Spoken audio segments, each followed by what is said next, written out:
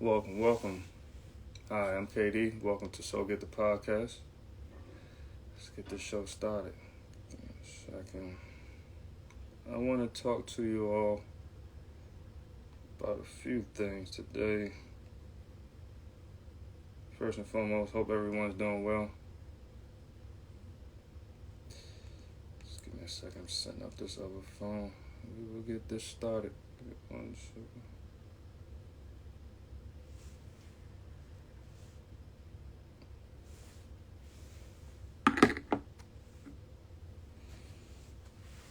All right. So start off the show today. I'm gonna start with the energy department, right? That the COVID pandemic most likely arose from a laboratory leak. According to a classified intelligence report recently provided to the White House, key members of the Congress.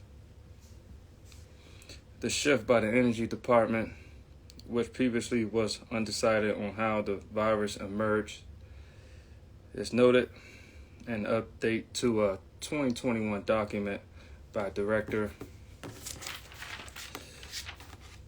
of National Intelligence, Avril Haines' office. The Energy Department now joins the Federal Bureau of Investigation in saying the virus likely spread via mishap. A Chinese laboratory. 4 other agencies, along with a National Intelligence Panel, still judged that it was likely that the result of a naturally transmitted, and 2 are undecided still. So,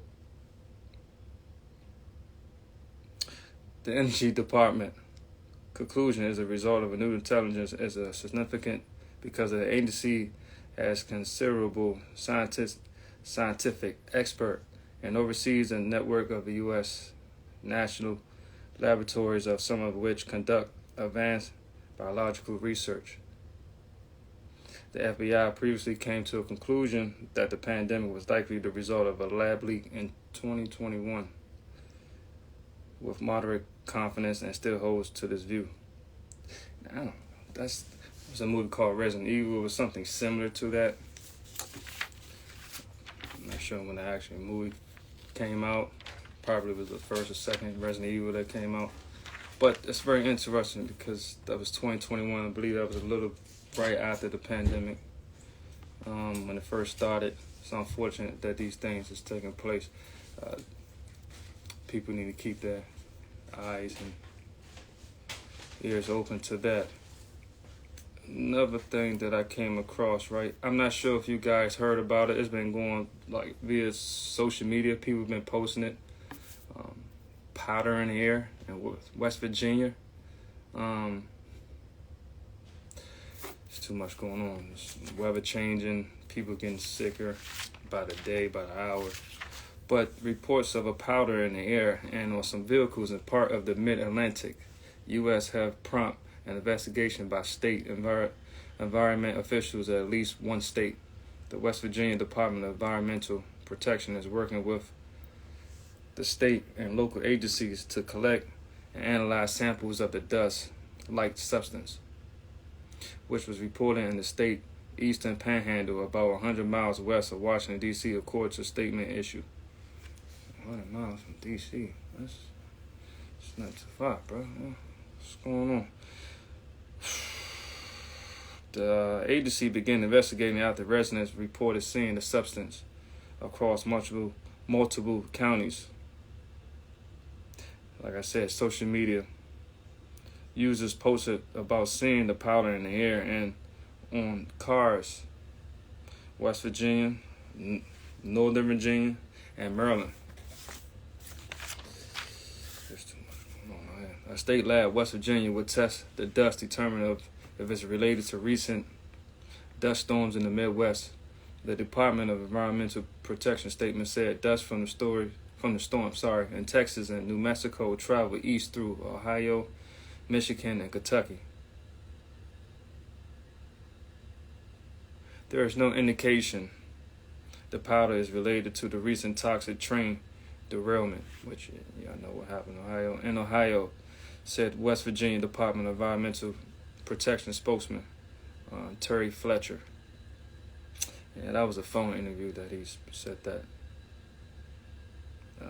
He said continuously air monitors in the northern panhandle haven't seen anything air quality problems from February 3rd crash. So they're not trying to relate this situation to the derailment of the train in Ohio a few weeks back. It's just too much going on right now. So something else came across my radar. Opioid. I'm not sure if you guys heard about opioid.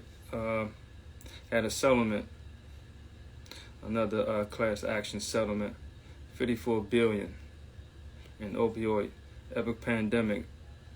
After years of courts, and CVS and Walgreens have finally reached primarily settlements and opioid claims totaling $10 billion. Walmart has agreed to a $3.1 billion settlement structure over opioids, bringing the grand total opioids open case class action settlement funds. It's like $54.1 billion in the United States alone.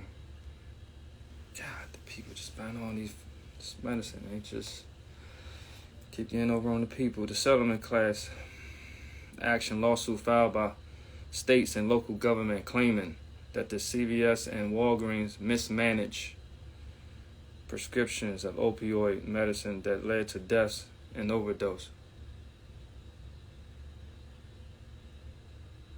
CVS and Walgreens agreed to pay a combined record-breaking $10 billion. You talking about reparation?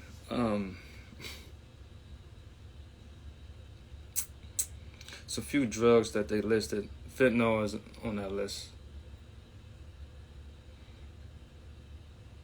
Fentanyl is definitely on that list.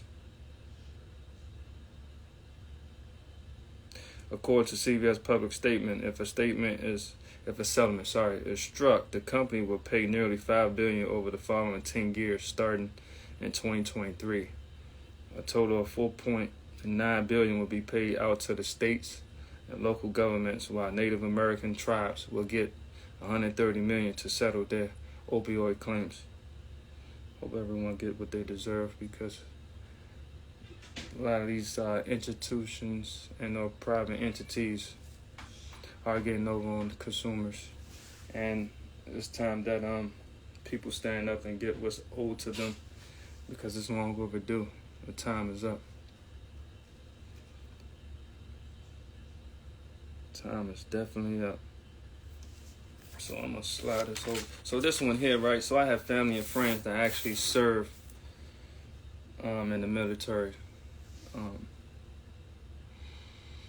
Title loans.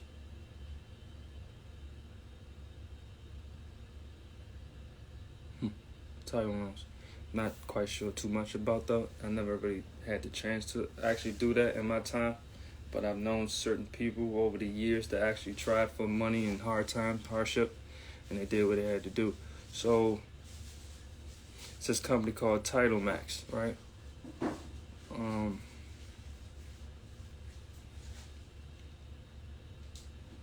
The Consumer Financial Protection Bureau took action against Title Max for taking advantage of military families and other consumers.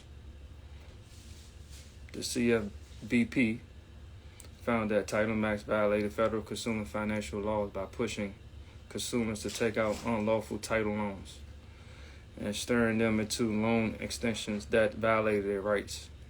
The company has been ordered to pay $10 million penalties, refund affected customers up to $5 million, and end the practice in questions.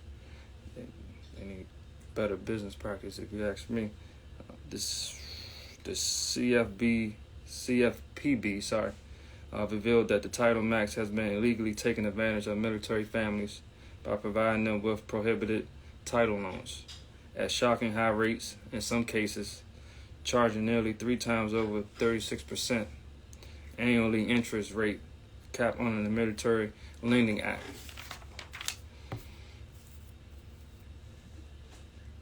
The CFPB also found that That's kind of tongue time. That Title Max tried to conceal these practices from law enforcement, going so far as to change borrowers' personal details in order to hide the fact that those affected were part of the armed forces. This is too much. But Title Max also charged thousands of customers for an insurance product that was instead. What did they do? Thousands of customers was insurance product that was worthless, despite claiming that the fees were necessary to protect against potential losses. These auto loans lacked coverage whatsoever, and in some cases weren't even eligible for it. So you wasn't doing your job. This isn't the first time that the Title Max has been under an order.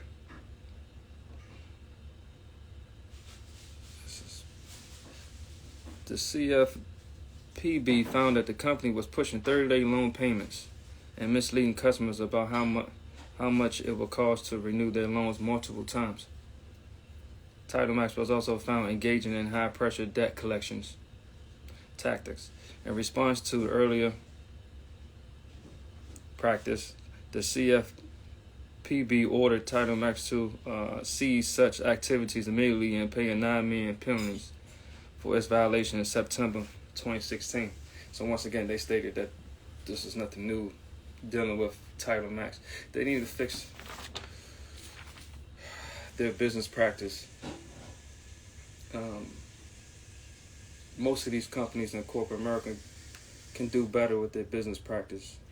A lot of companies, once again, like I said, these private institutions and or entities are taking money from the people. That's hurting the people. It's bad enough that the people are surviving and trying to make do and make ends meet for themselves and their family and their loved ones. And it seems like some way, somehow, money is just continuously just coming out of the people's pocket. The time is up. The time is definitely up. And as communities and leaders and men, we have to stand up for our people, the real ones, the ones that really do care, those who really want to see change and want to make change. And as I say, the title of this segment is "The Time Is Up." So, last episode I was talking about the commanders, about the enemy opportunity. Once again, congrats to EB. They were still talking about the coaching, why he hasn't become a head coach. But I have a food for thought, right? It hasn't been that many people of color as head coach since the NFL existed, right? So I have a question. Maybe two questions. How many people of color has been an offensive coordinator?